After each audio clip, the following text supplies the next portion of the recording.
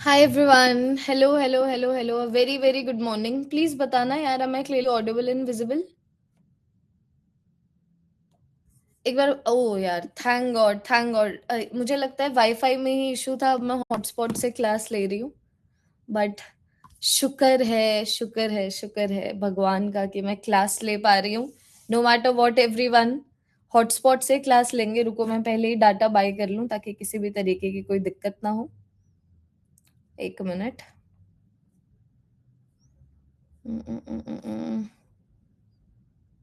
Okay, unlimited data. Blur है।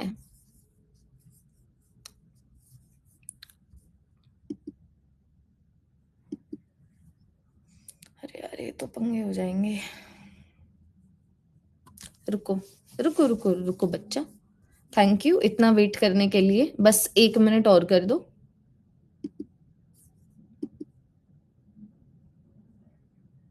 ठीक है।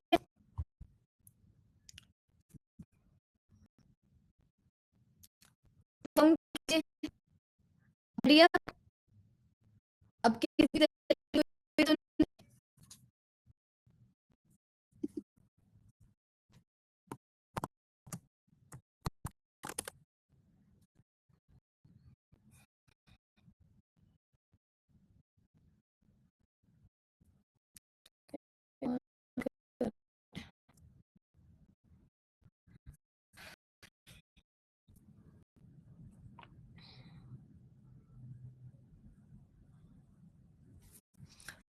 अब बताओ, ये ऑडिबल विजिबल ठीक है? Hello hello hello hello hello hello hello.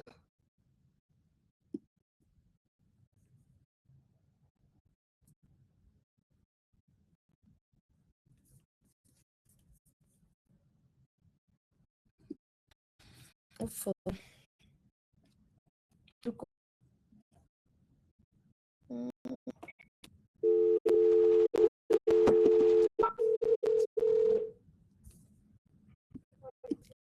Hi, I'm calling from 610. Actually, Wi-Fi is working properly and I need to take a class. Like, how do?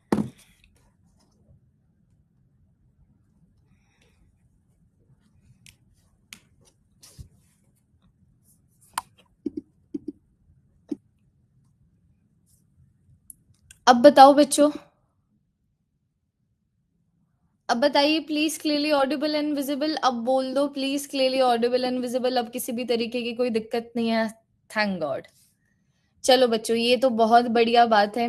पता नहीं इस होटल का वाईफाई, मैं ना जनरली इस hotel में स्टे नहीं करती हूँ, बट इस होटल का वाईफाई क्यों ऐसा था। तो मैंने उनको रिक्वेस्ट करके बोला है कि आप लोग जो वाईफाई यूज करते हो, स्टाफ जो वाईफाई यूज करता है, उसको कनेक्ट करो भाई। मेरे स्टूडेंट्स वेट करते कमेंट सेक्शन।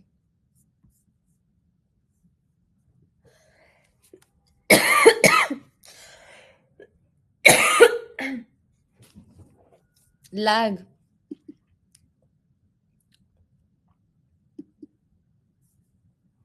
देखो, अगर what if I turn off the comment section.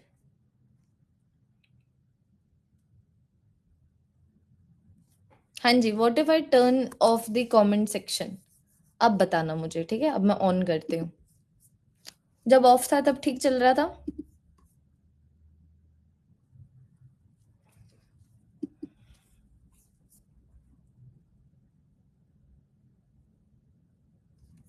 ठीक है, तो ऐसा करते हैं, हम लोग ऑफ करके पढ़ते हैं। तो बच्चों, स्वागत है आप सबका वेक्टर्स की एक और क्लास में। हम लोगों ने लास्ट वाली क्लास में देखा था कि किस तरीके से जो वेक्टर्स हैं उसके हम लोग कंपोनेंट्स बना सकते हैं। हम लोगों ने देखा था यूनिट वेक्टर्स का सिग्निफिकेंस वगैरह क्या होता है। अब हम लोगों को उसी टॉपिक को आगे लेके जाना है और हम लोगों को यहाँ पर बात करनी है कि सबसे पहले तो नोट मेकिंग करेंगे, यूनिट वेक्टर्स और रेक्टेंगुलर कंपोनेंट से एसोसिएटेड फॉर्मूलाज वगैरह लिखेंगे। और फिर बाद में हम लोग वेक्टोरियल एडिशन के ऊपर चलेंगे। तुम्हारे लिए 2 डीपीपी बनवाई है, एक 15 क्वेश्चन की जो डिफिकल्ट है, एक 10 क्वेश्चन की जो इजी है। ठीक है, दोनों डीपीपीज मैं तुम लोगों को आज दे दूंगी, क्योंकि आज की क्लास के बाद अगर तुम लोग अटेंड करो ना, ज्यादा बेटर रहेगा। आज तुम लोग इतना सीख जाओगे कि वो वाली जो तुम्हारी डीपीपी है, एटलीस्ट जो इजी वाली डीपीपी है वो सॉल्व हो जाए। और जो हार्ड या फिर डिफिकल्ट वाली डीपीपी है उनमें से कुछ क्वेश्चन सॉल्व हो जाए। जो कुछ क्वेश्चन नहीं सॉल्व होंगे आज की क्लास के बाद, कल की क्लास के बाद सॉल्व हो जाएंगे। क्लास खत्म होती है उसको मुझे थोड़ा सा एडिट करना है, एडिट करते मैं तुम लोगों को दे दूंगी। So this is the class 3 on vectors being conducted on 4th June finally।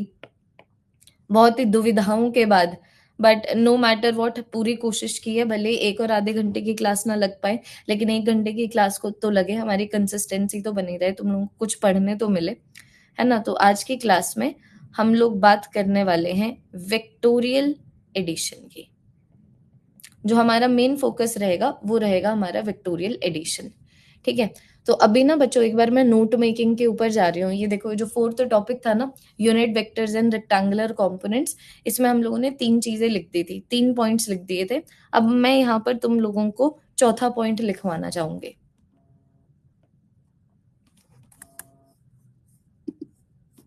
Okay okay, काट दो फोन, फोन काट दो, फोन काट दो, ठीक है। कुछ लिखवाया नहीं है मैंने। अब मैं तुम लोगों को बोल रही हूँ कि ये जो हम लोग कर रहे थे ना, हमारा जो टॉपिक था rectangular components and unit vectors, तो नोट मेकिंग में अब हम लोग उसके 4th पॉइंट के ऊपर जा रहे हैं, ठीक है। अब हम लोग उसके 4th पॉइंट के ऊपर जा रहे हैं, एक बार नोट मेकिंग को कंप्लीट कर रहे हैं। तो लिखना शुरू कीजिए। ये सारी चीजें कल की बातें पढ़ी हुई है, तो ये एक तरीके से रिकैप हो जाएगा हम लोगों ने कल क्या किया है। मान लो अगर ये एक्स एक्सेस है, ये वाई एक्सेस है, और बच्चों मैंने तुम लोगों को ये बोला कि भाई ये है मेरे पास ए वेक्टर, ठीक है। ये मेरे पास ए वेक्टर है, और मान लो ये जो ए वेक्टर है ना बच्चों, थीटा का एंगल बना रहा है एक्स एक्सेस के साथ, लेट अस अज्यूम। तो अब मान लो अगर मुझे इस वेक्टर के रेक्टेंगुलर कंपोनेंट्स बनाने हैं, तो रेक्टेंगुलर कंपोनेंट्स परपेंडिकुलर कंपोनेंट्स होते हैं। मैंने तुम लोगों को बच्चों लास्ट की क्लास में सिखा दिया था कि हम लोग बहुत डिफरेंट डिफरेंट तरीके से रेक्टेंगुलर कंपोनेंट्स भी बना सकते हैं। जब भी हम लोग एक वेक्टर को रिजॉल्व करें रेक्टेंगुलर कंपोनेंट्स में, अलग अलग तरीके से कर सकते हैं, सच दैट दोनों कंपोनेंट्स एक दूसरे से परपेंडिकुलर हो। लेकिन सबसे ज्यादा मोस्ट प्रेफरेबल वे होता है जब हम एक वेक्टर को रिजॉल्व करें एक्स एक्सेस और वाई एक्सेस के टर्म्स में। तो मैं यहाँ पर बोल दूंगी कि भैया मैंने इस बिल्कुल सेम चीज की, मैंने ना यहाँ का देखा ना वहां का देखा, मैंने वेक्टर को रिजॉल्व कर दिया इस तरीके से रेक्टेंगुलर कंपोनेंट्स में। तो मान लो इस वेक्टर को मैंने बोल दिया ए एक्स, ठीक है, ये वाले वेक्टर को मैंने बोल दिया ए वाई। अब इसमें ज्यादा दुविधा नहीं होनी चाहिए अगर मैं तुम लोगों को यहाँ पर ये बोलूं कि ए वेक्टर हमें तब मिलेगा जब हम ए एक्स के वेक्टर और ए वाई के वेक्टर का रेक्टेंगुलर, ए एक्स और ए वाई के वेक्टर को हम लोग वेक्टोरियली ऐड करें। अब बच्चों वेक्टर होता है मैग्नीट्यूड मल्टीप्लाइड बाय डायरेक्शन। तो मान लो ए एक्स वेक्टर का मैग्नीट्यूड ए एक्स है, डायरेक्शन उसकी आई कैप है। और मान लो जो ए वाई वेक्टर है उसका जो मैग्नीट्यूड है वो ए वाई है, और उसकी जो डायरेक्शन है आई कैप है। तो तुम लोगों को यहाँ पर इतना समझ आना चाहिए कि अगर मान लो मैं एक वेक्टर को उसके रेक्टेंगुलर कंपोनेंट्स में लिख रही हूँ, this is only a recap of what we did in the last class. अब उसको बस हम लोग मैथमेटिकली रिप्रेजेंट कर रहे हैं कि अगर मान लो मेरे पास एक वेक्टर है जिसके मेरे पास रेक्टेंगुलर कंपोनेंट्स हैं, तो इतना तो समझ रहे हो ना कि जब मैं यहाँ पर ए एक्स के मैग्नीट्यूड और ए वाई के मैग्नीट्यूड के ऊपर पाइथागोरस लगाऊंगी तो मुझे ए का मैग्नीट्यूड मिल जाएगा। Make sense? हाँ जी, मेक सेंस कि बिल्कुल सही बात है कि हम लोगों ने एक वेक्टर के 2 रेक्टेंगुलर कंपोनेंट्स बनाए, और जब हम लोग उन रेक्टेंगुलर कंपोनेंट्स के मैग्नीट्यूड के ऊपर पाइथागोरस लगाते हैं तो हम उस वेक्टर का ही मैग्नीट्यूड मिल जाता है। So this was the summary of what we did in the last class. अब मैं तुम लोगों को यहाँ पर क्या बोल रही हूँ ना, अब मैं तुम लोगों को बोल रही हूँ कि अब तुम लोगों को सिर्फ ट्रिगोनोमेट्री आनी चाहिए। This is one discussion, this discussion is over. ये डिस्कशन हो गया, ठीक है, ये खत्म। अब मैं तुम लोगों को यहाँ पर एक और चीज बता रही हूँ कि बालकों देखो, अगर तुम लोग बेसिक ऑफ ट्रिगोनोमेट्री से भी चलो ना, तो ये वाला मैग्नीट्यूड ए ले लो, ये वाला मैग्नीट्यूड ए एक्स ले लो, ये वाला मैग्नीट्यूड ए वाई ले लो। तो अगर तुम बेसिक ऑफ ट्रिगोनोमेट्री से भी चलते हो तो तुम लोगों को यहाँ पर देखने को मिलेगा, प्लीज नोट मेकिंग करना, that sine theta can be written as equal to opposite by hypotenuse, और उसी तरीके से जो कॉस थीटा है it can be written as equal to base by hypotenuse. तो बेसिकली अगर मुझे ए एक्स और ए वाई का मैग्नीट्यूड निकालना है तो मैं थीटा से निकाल सकती हूँ। मैं यहाँ पर लिख सकती हूँ कि जो ए वाई का मैग्नीट्यूड है it is a sine theta, और उसी तरीके से ax का जो मैग्नीट्यूड है it is a cos theta. बच्चों को इसमें कंफ्यूजन होती है, लेकिन तुम लोगों को लिटरली सब बेसिक ऑफ ट्रिगोनोमेट्री आनी चाहिए। अगर मान लो ये वाला वेक्टर 10 के मैग्नीट्यूड का है और ये 30 डिग्री है, तो बेस पे कॉस आता है, this is going to be 10 cos 30। Opposite पे साइन आता है, this is going to be 10 sin 30। दोबारा से स्क्रीन पे देखिएगा, अगर मान लो ये वाला जो वेक्टर है 5 के मैग्नीट्यूड का है, दिस इज 45 डिग्री, तो बेस पे कॉस आएगा, इसका मैग्नीट्यूड हो गया 5 cos ऑफ 45 डिग्री और इसका मैग्नीट्यूड हो गया 5 sin ऑफ 45 डिग्री। तो ये जो वेक्टर है ना, इसकी एक्स एक्सिस के ऊपर जो परछाई है उसको हम लोग projection of the vector on x axis भी बोलते हैं। वाई एक्सिस पे जो परछाई है उसको हम लोग projection of the vector on Y axis भी बोलते हैं। तो प्लीज यहाँ पर ये टर्मिनोलॉजी हम ऐसा करते हैं, यहीं पे नोट कर लेते हैं, क्योंकि स्टेटमेंट्स में ही तो फंसाया था नीट 2025 में। So what is A Y? A Y is the projection of vector A, this is the projection of vector A on y axis। और उसी तरीके से बच्चों ये क्या है? this is the projection of vector A, this is the projection of vector A on x axis। इसको 2-3 questions की हेल्प से समझेंगे एंड देन दैट्स ऑल। फिर हम लोग जाएंगे वेक्टोरियल एडिशन के ऊपर और तुम्हें फिर बाद में ये पता लगेगा, अभी देखो इसके बाद 2 और क्लासेस हैं वेक्टर्स के ऊपर, तुम्हें पता लगेगा कि वेक्टोरियल एडिशन ही वेक्टोरियल सब्ट्रैक्शन है। लेकिन उससे पहले ये लिखिए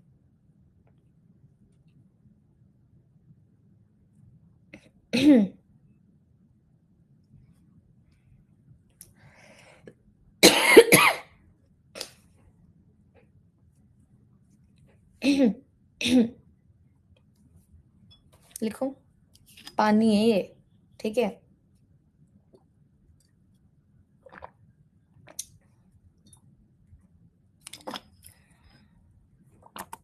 डन, लिख लिया?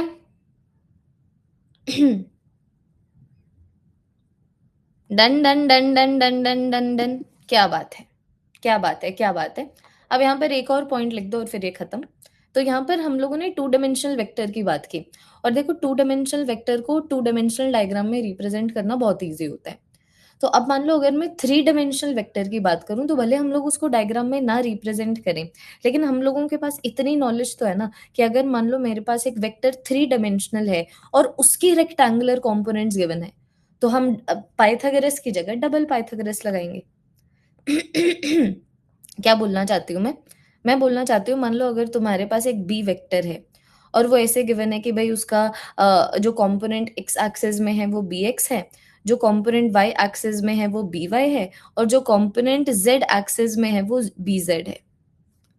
तो मैं तुम लोगों को बोल रही हूँ कि अगर मान लो ये सिनारियो हो जाए, तो तुम्हें पता है ना कि अब की बार अगर b का मैग्नीट्यूड लगाना है तो b के ऊपर डबल पाइथागोरस लगाओगे कि b के मैग्नीट्यूड का square is equal to B X का स्क्वायर प्लस बी वाई का स्क्वायर प्लस बी जेड का स्क्वायर। अब मैं इसको रिपीट और समझाना चाहूंगी सिर्फ क्वेश्चंस की हेल्प से। लिखो ये 2 और पॉइंट्स, ये 2 और पॉइंट्स मेरी गुनगुनो हमारे 4th टॉपिक में unit vectors and rectangular components.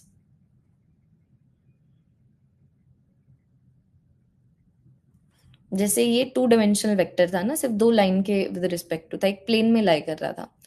यहाँ पर ये 3 डायमेंशनल वेक्टर है, ये 3 डायमेंशनल वेक्टर किस में लाई कर रहा है? एक वॉल्यूम में, for a 3 dimensional vector, for a 3D vector, ठीक है। अब यहाँ पर ना सारा का सारा ध्यान स्क्रीन के ऊपर, अब क्वेश्चन बाजी करेंगे, ठीक है। अलग अलग तरीके के क्वेश्चंस करते हैं before we move to the vectorial addition. देखना, मान लो सबसे पहले ना मैं तुम लोगों को ये वाला क्वेश्चन दूं। मैंने तुम्हें बोला कि भैया देखो यहाँ पर ना ये तुम्हारा ग्राफ है, यहाँ पर एक्स एक्सिस है, यहाँ पर वाई एक्सिस है। तो सबसे पहले बिल्कुल एक ढिंगे चिंगे पिंगे क्वेश्चन से शुरुआत करते हैं। तो मैंने तुम्हें बोला कि अगर मान लो मेरे पास एक वेक्टर ये है, this is my C vector, और मान लो मैंने तुम्हें बोल दिया सी वेक्टर का मैग्नीट्यूड है 40। तो अगर ये वाला एंगल 30 डिग्री है तो मुझे बताओ इस सी वेक्टर का कितना कंपोनेंट है एक्स एक्सिस पे और इस सी वेक्टर का कितना कंपोनेंट है वाई एक्सिस पे। तो बच्चों मैंने तुम्हें बता दिया है रेक्टेंगुलर कंपोनेंट्स, अब देखो इसको इसके जैसे मर्जी बनाओ, चाहे तो ऐसे रेक्टेंगुलर कंपोनेंट्स बना लो, कोई दिक्कत नहीं है, या फिर तुम ऐसे रेक्टेंगुलर कंपोनेंट्स बना लो। मैंने तुम्हें बता दिया most preferable way of drawing rectangular components is along the X axis and the Y axis, right. तो हम जेन्युइन चलेंगे, सबसे पहले एक्स बना लेंगे। जेन्युइन का मतलब यहाँ पर सिर्फ ये कि हम लोग हमेशा पहले एक्स बनाते हैं बाद में वाई बनाते हैं, हमारी आदत है। तो ये मेरे पास सी एक्स का वेक्टर आ गया, इसका कंपोनेंट एक्स एक्सिस में, इसका कंपोनेंट वाई एक्सिस में, यही हुआ। अब मुझे इसका मैग्नीट्यूड निकालना है, तो मैं बोल रही हूँ मैग्नीट्यूड निकालने के लिए सिर्फ ट्रिगोनोमेट्री चाहिए होती है। ये तुम्हारे पास 90 डिग्री है, ये तुम्हारे पास 60 डिग्री आ गया, और अगर ये 60 डिग्री आ गया तो अब ये चीज मैं तुम लोगों को समझा भी चुकी हूँ, दोबारा से रिपीट कर रहे हैं। देख लो साइन ऑफ 60 हो जाएगा दिस डिवाइडेड बाय दिस, तो ये हो जाएगा साइन ऑफ, ये मेरे पास हो जाएगा सी साइन 60, ये मेरे पास हो जाएगा सी कॉस 60। तो सी एक्स बेस पे है तो इसका मैग्नीट्यूड हो गया सी कॉस ऑफ 60 डिग्री। जो सी वाई है ऑपोजिट में है, इसका मैग्नीट्यूड हो गया सी साइन ऑफ 60 डिग्री। तो ये मेरे पास आ गया 40 मल्टीप्लाइड बाय 1/2, जिसका मैग्नीट्यूड आ गया 20। ये मेरे पास आ गया 40 मल्टीप्लाइड बाय √3/2, इसका मैग्नीट्यूड आ गया 20 √3। तो इसका मतलब मैं यहाँ पर सी वेक्टर को ऐसे लिख सकती हूँ कि भैया देखो ये जो सी वेक्टर है ना, इसका 20 का कंपोनेंट है एक्स एक्सिस में और इसका 20 √3 का कंपोनेंट है वाई एक्सिस में। रिपीटेशन से समझो, लेकिन डिफरेंट क्वेश्चंस में वो रिपीटेशन होने दो। अब की बार मान लो मैंने तुम लोगों को ये क्वेश्चन दिया कि मेरे पास ना ये एक वेक्टर है, ध्यान देना दिस इज अ वेक्टर, ठीक है, दिस इज ए वेक्टर, और यहाँ पर ए वेक्टर का जो मैग्नीट्यूड है मैंने तुम्हें 10 दे दिया। अब मैं तुम लोगों को बोल रही हूं if A vector is rotated bye 30 degree in the anti-clockwise direction, in the anti-clockwise direction,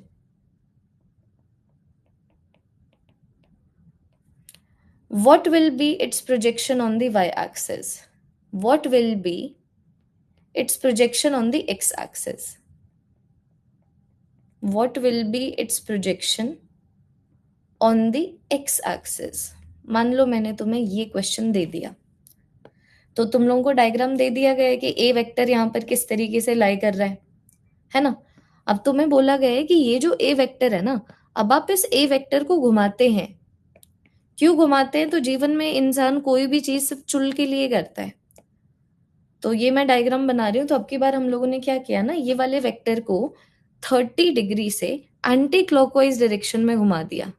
तो ये लो भाई, तुम भी क्या ही याद रखोगे, ये है मेरे पास ए वेक्टर जिसका मैग्नीट्यूड है 10 का। अब मैंने इसको एंटी क्लॉकवाइज डायरेक्शन में घुमा दिया 30 डिग्री से। तो अब तुमसे पूछा हुआ है कि इसका प्रोजेक्शन एक्स एक्सिस पे कितना होगा, सिर्फ ये पूछा हुआ है कि अगर मान लो ये मेरे पास ए एक्स का वेक्टर है, इसका एक्स एक्सिस में कंपोनेंट है, इसका मैग्नीट्यूड कितना है। तो तुम देख पा रहे हो ये वेक्टर है, ये 30 डिग्री है, ये उसका बेस आ गया, मतलब यहाँ पर जो ट्राइंगल बनेगा बेस आ गया ना, बेस पे कॉस आता है। तो तुम्हारे पास आ गया ए एक्स का मैग्नीट्यूड हो गया ए कॉस ऑफ 30 डिग्री, जो मेरे पास आ गया 10 मल्टीप्लाइड बाय √3/2, जिसकी वैल्यू आ गई मेरे पास 5/√3।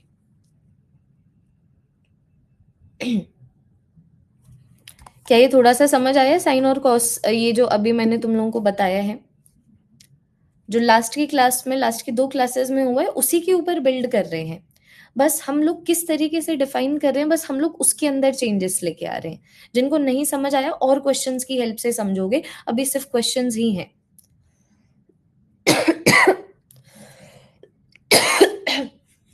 अब देखना,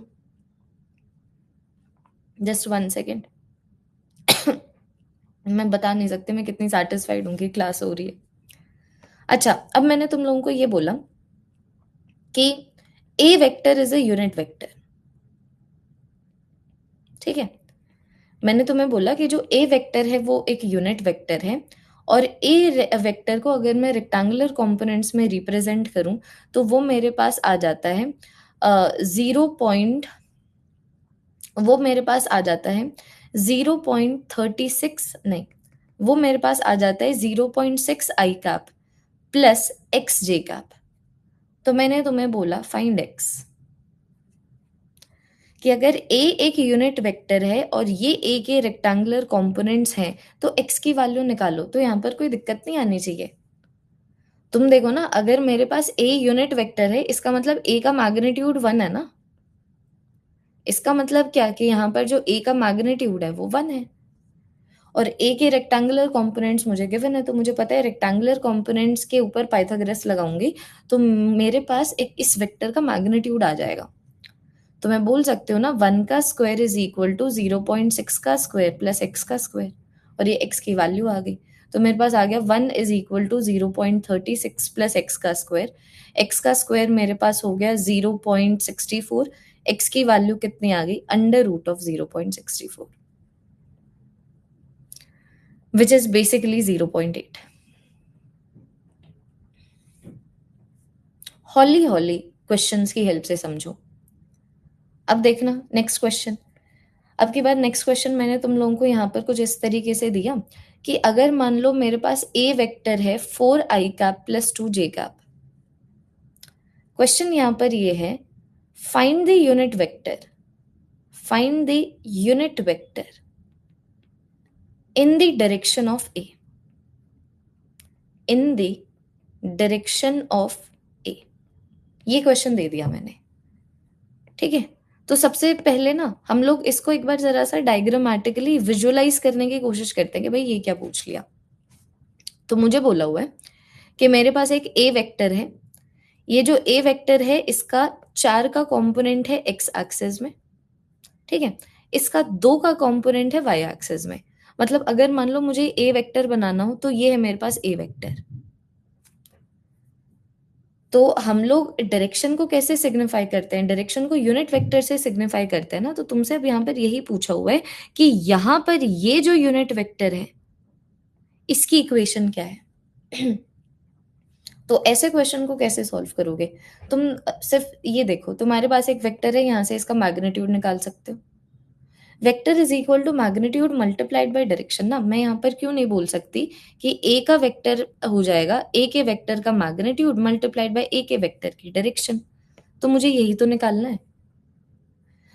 सो if A is equal to B multiplied by C, और अगर मुझे सी निकालना है तो मैं ए और बी को निकालूंगी। तो अगर A vector magnitude multiplied by direction है और मुझे ये डायरेक्शन निकालनी है because this is the unit vector in the direction of A, तो अगर मुझे ये निकालना है तो मुझे बाकी दो चीजों को सब्स्टिट्यूट करना पड़ेगा। तो ए वेक्टर को तो मैं बहुत आसानी से सब्स्टिट्यूट कर सकती हूँ। ये गिवन है 4 i cap plus 2 j cap. दूसरी चीज मुझे यहाँ पर सब्स्टिट्यूट करनी है ए का मैग्नीट्यूड। तो अभी तक अगर हम लोगों को रेक्टेंगुलर कंपोनेंट से एक वेक्टर का मैग्नीट्यूड ही नहीं निकालना है तो फिर तो टाइम पास ही किया हम लोगों ने।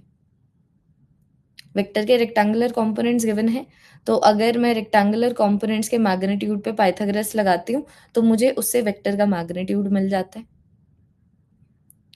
देखो यहाँ पर ए का मैग्नीट्यूड आ गया अंडर रूट ऑफ 20, तो ये मेरे पास आ गया अंडर रूट ऑफ 20, और ये शुरू होते ही हमारा जो क्वेश्चन है वो खत्म। मेरे पास आया 4 i cap plus 2 j cap is equal to under root 20 A की डायरेक्शन। तो मेरे पास आ गया ए की डायरेक्शन कितना आ गया 4 i cap plus 2 j cap divided by under root of 20। हर क्वेश्चन से बेटर डिफाइन करना सीखो। कभी कभी वो बेटर डेफिनेशन होगा in the terms of diagram, कभी कभी वो बेटर डेफिनेशन होगा in the with the help of questions और in an equation. But let us try to define vectors is in an easy way. और तुम लोग अभी नोटिस कर रहे होगे कि दी क्या बोल रही थी कि हर क्लास में ज्यादा समझ आएगा। बातें सेम ही है, बातें सेम ही है। तुम देखो ना, ये क्वेश्चन हम लोगों ने पहली क्लास में लिखी थी, तीसरी क्लास में क्वेश्चन हो रहे हैं उसके ऊपर, है ना। अब देखना अब एक क्वेश्चन ये एक बार तुम सॉल्व करना। मैंने तुम्हें बोला मेरे पास एक बी वेक्टर है which is 2i cap minus J cap plus 3k cap. Question ये है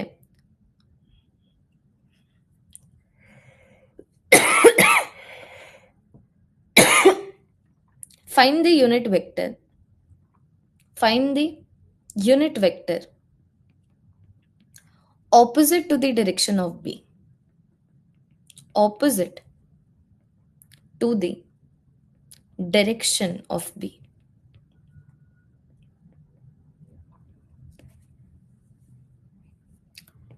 तो तुम सिर्फ क्या करो, पहले वो वेक्टर, वो वाले यूनिट वेक्टर लगा दो जो बी की डायरेक्शन में है, बस फिर लास्ट में उसके आगे एक नेगेटिव लगा देना।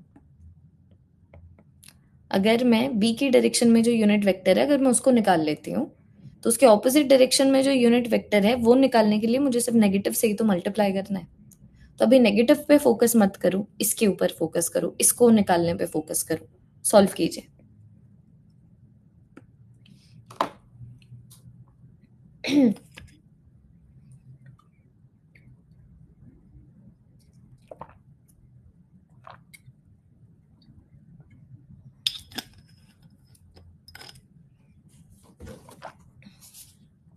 कीजिए सॉल्व।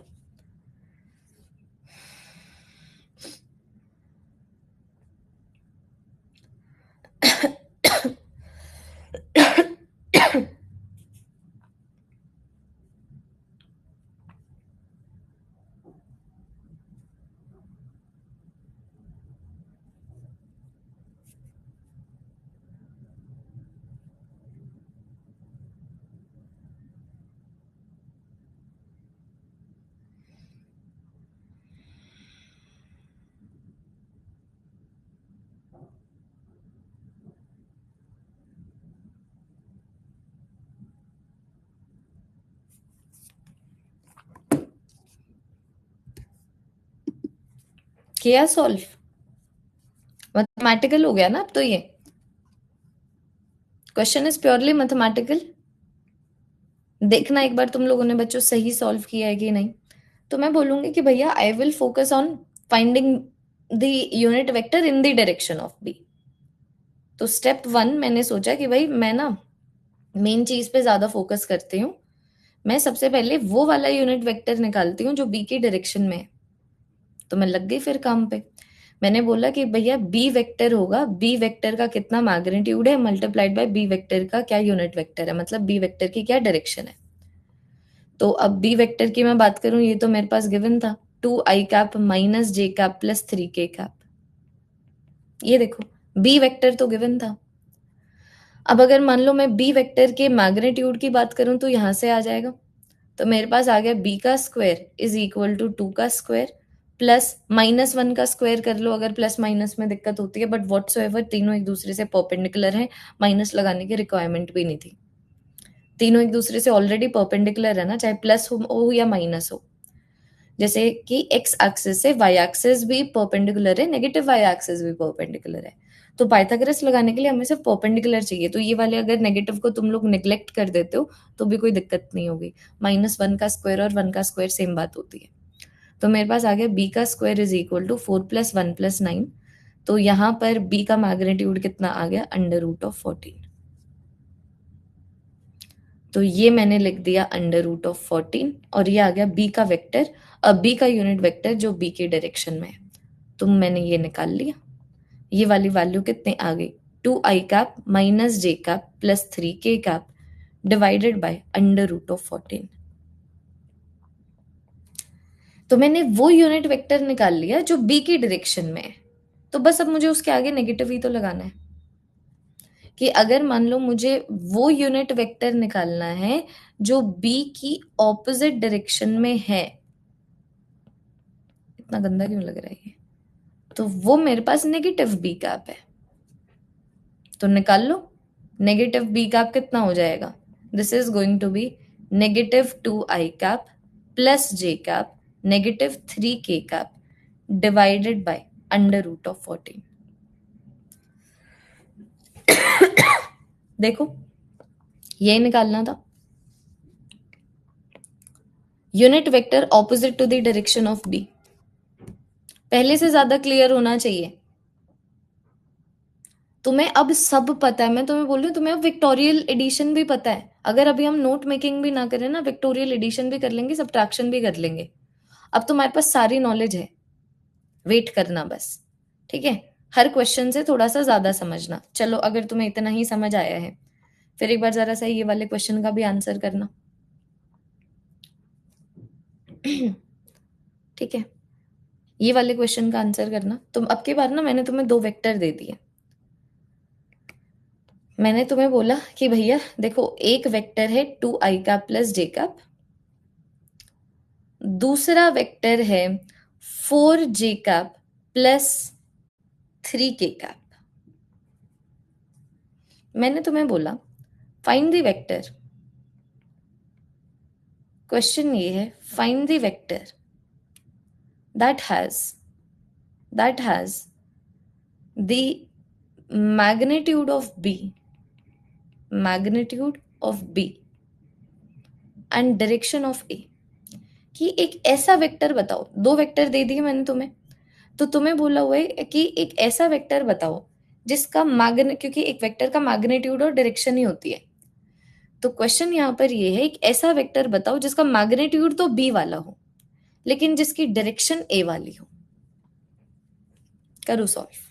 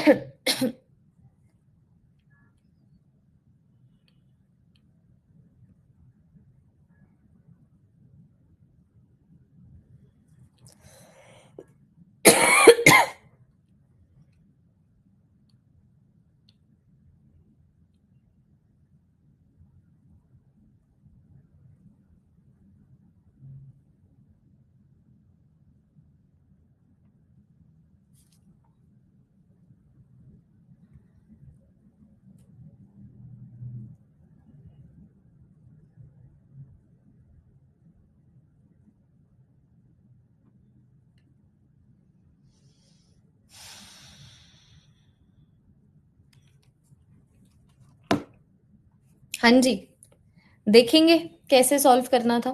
तो कोई अननोन वेक्टर है, मान लो मैंने उसको सी का वेक्टर बोल दिया। ठीक है, तो अब ये जो मेरे पास सी का वेक्टर है, उसका मैग्नीट्यूड भी होगा, सी के वेक्टर की डायरेक्शन भी होगी। तो अब बच्चों यहाँ पर दो बातें बोली गई है। सबसे पहले तुम्हें बोला गया है कि सी वेक्टर का मैग्नीट्यूड होना चाहिए बी का मैग्नीट्यूड। तो आ जाओ यहाँ से फिर बी का मैग्नीट्यूड निकालते हैं। बी का स्क्वायर इज इक्वल टू 4 का स्क्वायर प्लस 3 का स्क्वायर। तो यहाँ पर मेरे पास बी का मैग्नीट्यूड कितना आ गया, 5। मतलब इसका मैग्नीट्यूड होना चाहिए 5 का। और अब अगर मान लो मैं डायरेक्शन की बात करूं, ध्यान दीजिएगा, अब मान लो अगर मैं डायरेक्शन की बात करूं, तो इसकी डायरेक्शन एक ही होनी चाहिए। इसकी वो डायरेक्शन होनी चाहिए जो एक ही डायरेक्शन है। और अब ऐसे क्वेश्चन अब हम लोग दो बार सॉल्व कर चुके हैं, जहां पर हम एक वेक्टर का यूनिट वेक्टर निकालते हैं। तो इसके लिए साइड में सॉल्व कर लो कि ए की डायरेक्शन हो जाएगी ए का जो वेक्टर है डिवाइडेड बाय ए वेक्टर का जो मैग्नीट्यूड है। दो क्वेश्चन कर लिए, अभी रिपीटेशन हो रहा है। तो ए वेक्टर की डायरेक्शन हो जाएगी A vector divided by A vector का जो मैग्नीट्यूड है। तो ए वेक्टर मेरे पास आ गया 2i cap plus J cap, है ना। और उसी तरीके से ए वेक्टर का मैग्नीट्यूड कितना आ गया, √2 का स्क्वायर प्लस 1 का square. So what gives me this? This gives me 2i cap plus j cap divided by √5. That's it. Substitute. तो ये मेरे पास आ गया 5 multiplied by 2i cap plus j cap divided by √5. तो ये मेरे पास आ गया √5 times of 2i cap plus j cap.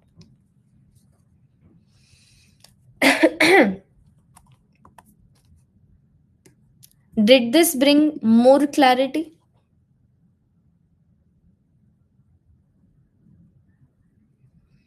फिर एक क्वेश्चन अब तुम सॉल्व करो, एक ऐसा अब की बार पूरा तुम सॉल्व करो एक और। तो दोबारा से मैंने तुम्हें दो वेक्टर्स दिए।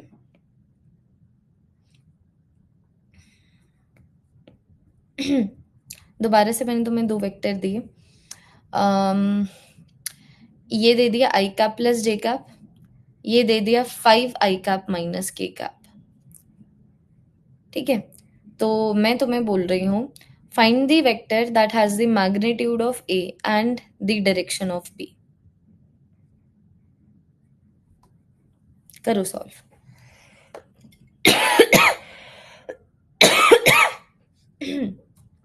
हे भगवान। ओ,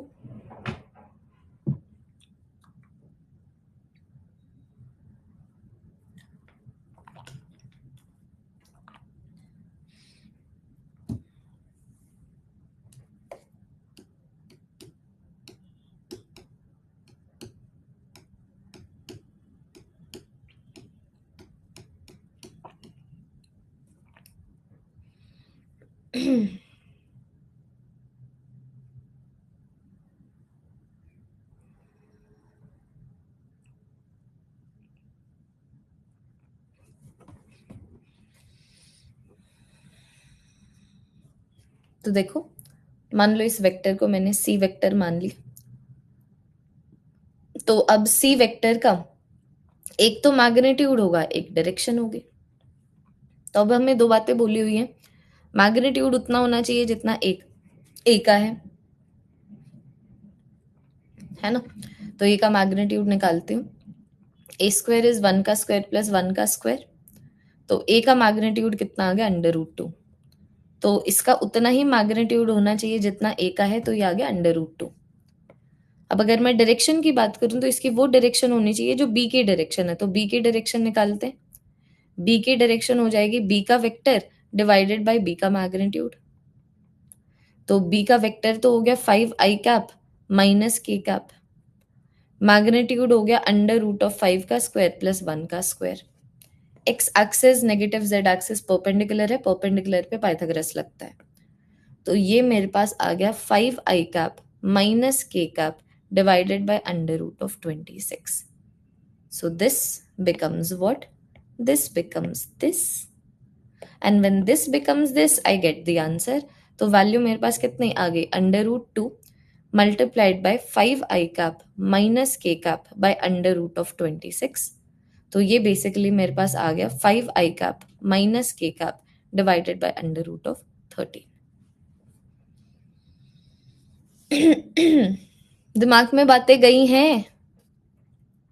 हर डिफरेंट तरीके के क्वेश्चन से क्लैरिटी आ रही है that okay now we understand vectors better.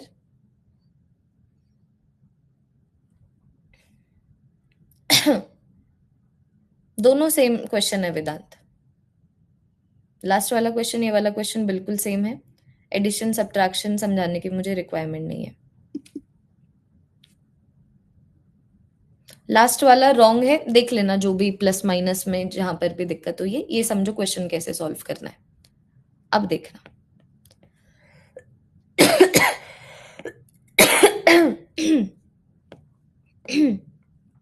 अब थोड़ा और अंडरस्टैंडिंग की टूवर्ड्स जाते हैं।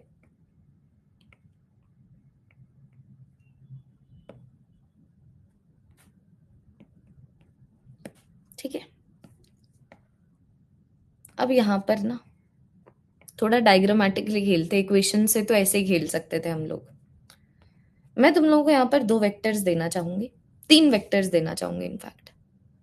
तो एक वेक्टर मैंने तुम लोगों को दे दिया, रुको, 0.55, 0.9। ये देखो, एक वेक्टर मैंने तुम्हें ये दे दिया। So this is my A vector, और ए वेक्टर का मैग्नीट्यूड मैं तुम लोगों को दे रही हूँ 20। Okay, this is my B vector, this is my B vector. B vector का मैग्नीट्यूड मैंने तुम लोगों को दे दिया 16, ये वाला एंगल दे दिया 30 डिग्री। ठीक है, और लास्ट में ये दे दिया मैंने तुम्हें सी का वेक्टर, और यहां पर सी वेक्टर का मैग्नीट्यूड मैंने तुम्हें दे दिया 6। अब देखो क्वेश्चन क्या है। क्वेश्चन ये है find the resultant of these vectors. Find the resultant of these vectors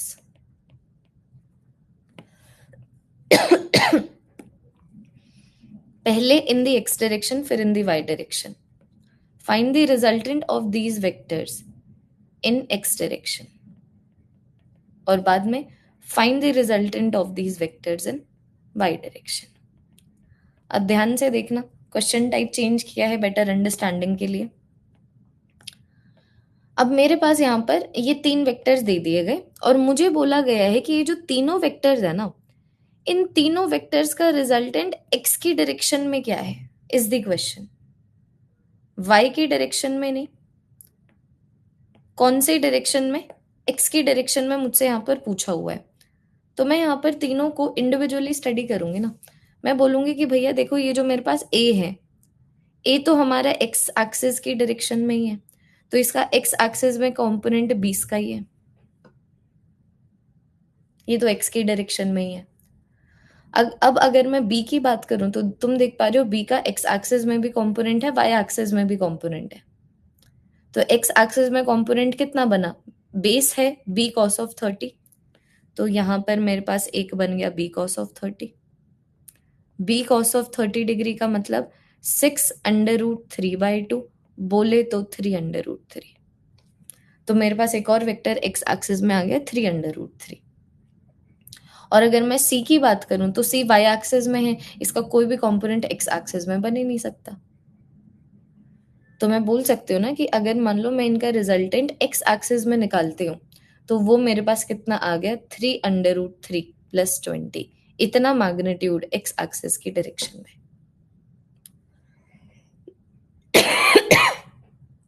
देखो, इतना मैग्नीट्यूड x एक्सिस की डायरेक्शन में.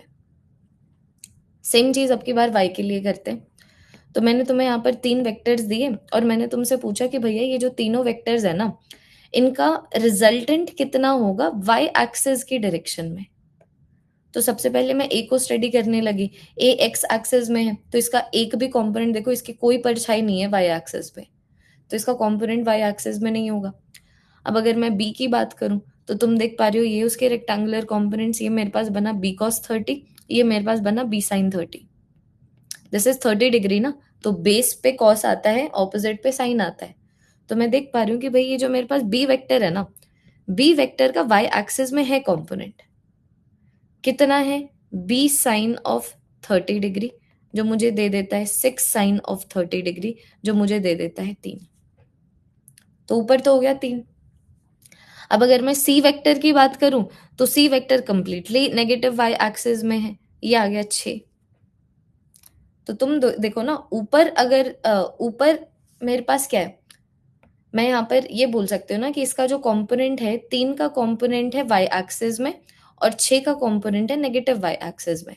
अगर मैं इसको इक्वेशन से भी सॉल्व करना चाहूँ तो तुम देख पा रहे हो ये तुम्हारे पास आ जाएगा 3 का मैग्नीट्यूड नेगेटिव y एक्सिस में, जो मैं डायग्रामेटिकली भी बना सकती हूँ. तुम खुद देखो ना, ऊपर 3 है, नीचे 6 है, इसका मतलब नीचे 3 है.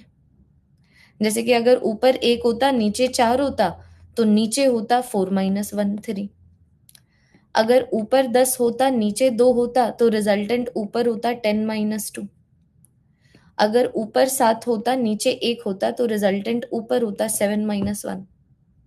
तो मैं इक्वेशन से सॉल्व करूँ, इक्वेशन से भी आ जाएगा कि भाई देखो, y डायरेक्शन में एक तो 3 के मैग्नीट्यूड का है और नेगेटिव y डायरेक्शन में 6 के मैग्नीट्यूड का है. इसका मतलब 3 के मैग्नीट्यूड का है नेगेटिव y की डायरेक्शन में, जो मैंने इक्वेशन से भी निकाल लिया, डायग्राम से भी निकाल सकती हूँ कि ऊपर 3 है, नीचे 6 है, मतलब रिजल्टेंट नीचे की डायरेक्शन में 3 है. हाँ जी. फटाफट से.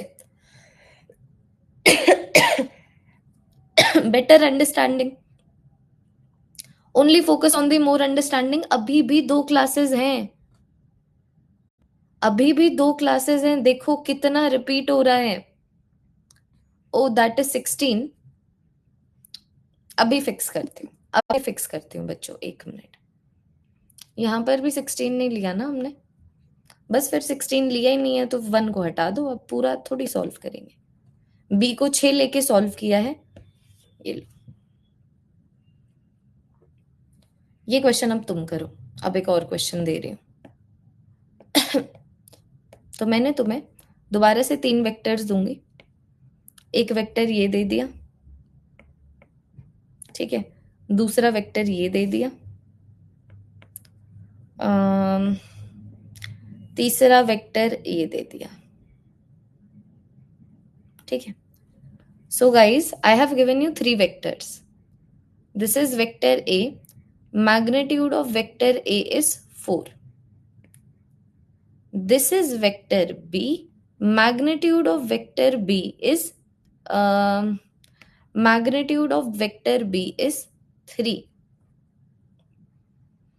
This is vector C, and the magnitude of vector C is 6. So if this angle is, इसको 4√2 लो, ठीक है। So if this angle is 45 degree, if this angle is 45 degree and this angle is 30 degree, question is, what is the resultant of these vectors in the y direction? What is the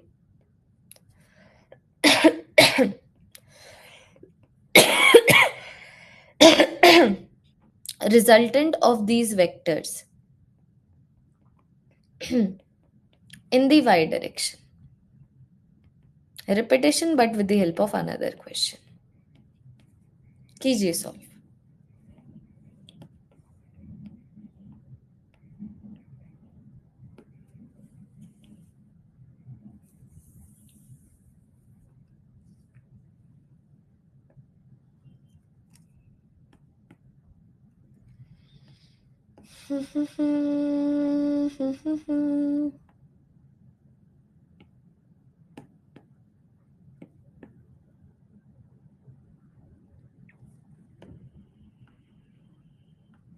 solve करो, solve करो।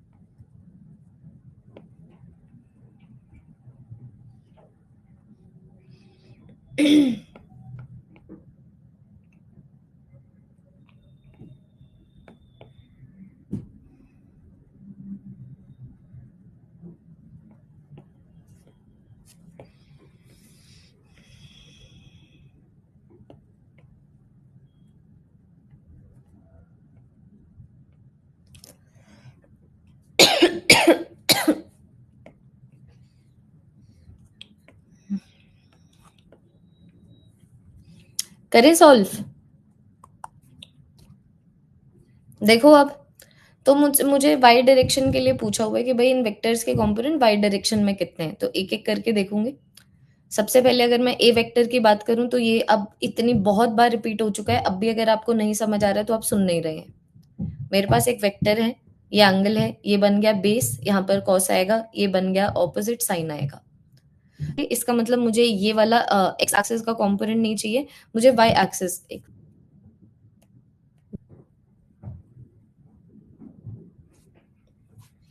हाँ जी, तो ये मेरे पास एक vector है। अगर कभी भी वेक्टर के साथ ऐसे एंगल गिवन हो, एक बेस होता है जहां पर कॉस का कंपोनेंट आएगा, एक ऑपोजिट होता है जहां।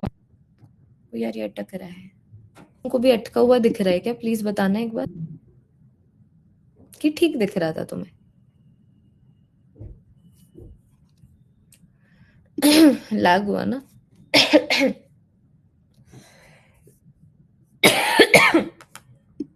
हो जाता है ऐसे छोटा सा लैग बीच में। रुको,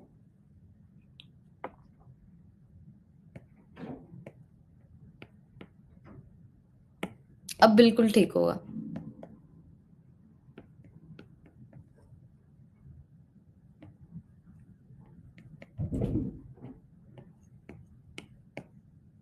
हाँ जी,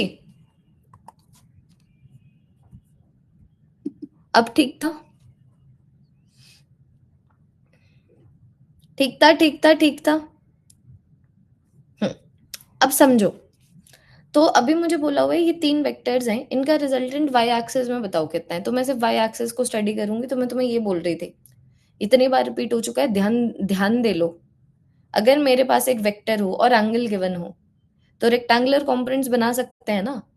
तो ये जो बेस पे आता है वो कॉस का कंपोनेंट होगा, ये जो ऑपोजिट होगा साइन का कंपोनेंट होगा। दिस इज थीटा, थीटा के लिए ये ऑपोजिट है, ये बेस है। तो मैं देख पा रही हूँ मेरे पास ये ए वेक्टर है, मुझे तो इसका ये वाला कंपोनेंट चाहिए, इसका मतलब ये वाला कंपोनेंट चाहिए, ऑपोजिट वाला कंपोनेंट चाहिए, तो साइन आ जाएगा। तो यहाँ पर मेरे पास आ गया 4√2 साइन ऑफ 45 डिग्री, बोले तो 4। तो ऊपर आ गया 4। अब अगर मैं सी वेक्टर की अब अगर मैं बी वेक्टर की बात करूं, बी वेक्टर तो पूरा का पूरा 3 नीचे। और अब अगर मैं सी वेक्टर की बात करूं तो दोबारा से देखो, दिस इज थीटा, इसके लिए ऑपोजिट होगा, तो ऑपोजिट साइन कॉम्पोनेंट होगा। तो ये मेरे पास आ गया, ये देखो, ये मेरे पास आ गया कितना, 3 sine of 30 degree, which gives me what, 3 sine of, sorry, C sine of 30 degree बोले तो 6 साइन ऑफ 30 डिग्री, जो मुझे क्या दे देता है, 3। तो आप समझ नहीं रहे हैं, ऊपर 7 हो गया, ये देखो, ऊपर 7 हो गया, नीचे 3 हो गया।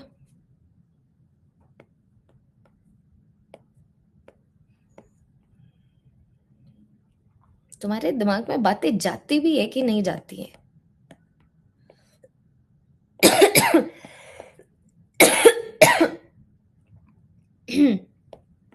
ऊपर 7 हो गया, नीचे 3 हो गया, इसका मतलब ऊपर 4 हो गया।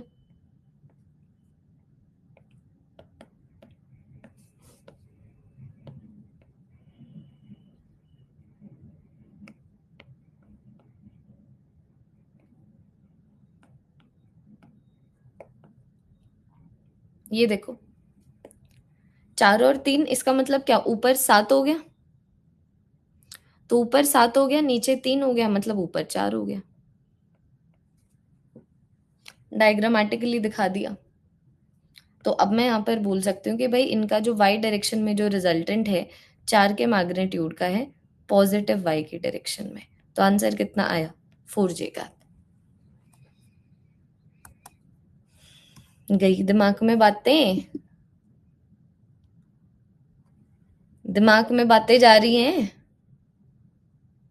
फटाफट से बताइए, है ना। तो ऐसे रिपीटेशन से क्लियर होगा और ज्यादा तुम लोगों को समझ आएगा। अब देखना, अब हम सीधा विक्टोरियल एडिशन के क्वेश्चंस पे चल रहे हैं, ये भी अभी हम विक्टोरियली ऐड ही कर रहे हैं। बस डायग्राम ऐसा है कि मैं तुम्हें रेक्टेंगुलर कंपोनेंट्स के ऊपर ज्यादा फोकस कर सकूं।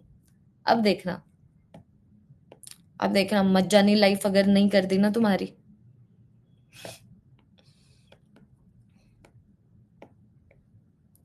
ठीक है, तो सबसे पहले मैंने तुम्हें ये क्वेश्चन दिया। सबसे पहला कि अगर मान लो मेरे पास दो, ओ यार लैग हो रहा होगा दोबारा से।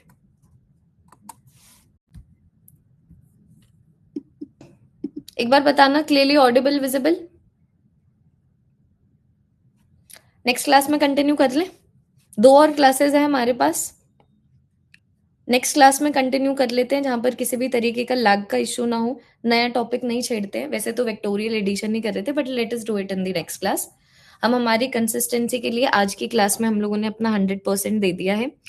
आज की क्लास में बच्चों 12 स्लाइड्स हैं, 12 स्लाइड्स में से सिर्फ एक स्लाइड नोट मेकिंग की है, इसका मतलब आज की क्लास में हम लोगों ने 11 क्वेश्चंस किए हैं। ठीक है, 11 क्वेश्चंस सिर्फ उन्हीं टॉपिक्स के ऊपर जो हम लोगों ने लास्ट की क्लासेस तक हम लोग जो करते आ रहे थे। नोट मेकिंग में भी वो चीज ऐड हुई है जो हम लोगों ने लास्ट की क्लास में जिसके ऊपर क्वेश्चन सॉल्व कर लिए थे। ठीक है, तो अब नेक्स्ट क्लास में मिलते हैं। मैं टॉपिक चेंज कर देती हूँ, मोर क्वेश्चंस, मोर क्वेश्चंस, बस। ठीक है, okay everyone, thank you so much. DPP बिल्कुल अभी अगले 10 मिनट में प्रोवाइड कर रही हूँ तुम लोगों को। In next 10 minutes you are going to get DPP. वो तुम्हारी इजी और मॉडरेट लेवल की होगी 10 क्वेश्चंस की। ओके चलो, good bye everyone, bye bye. हाँ, ऐप में भी मिल जाएगी।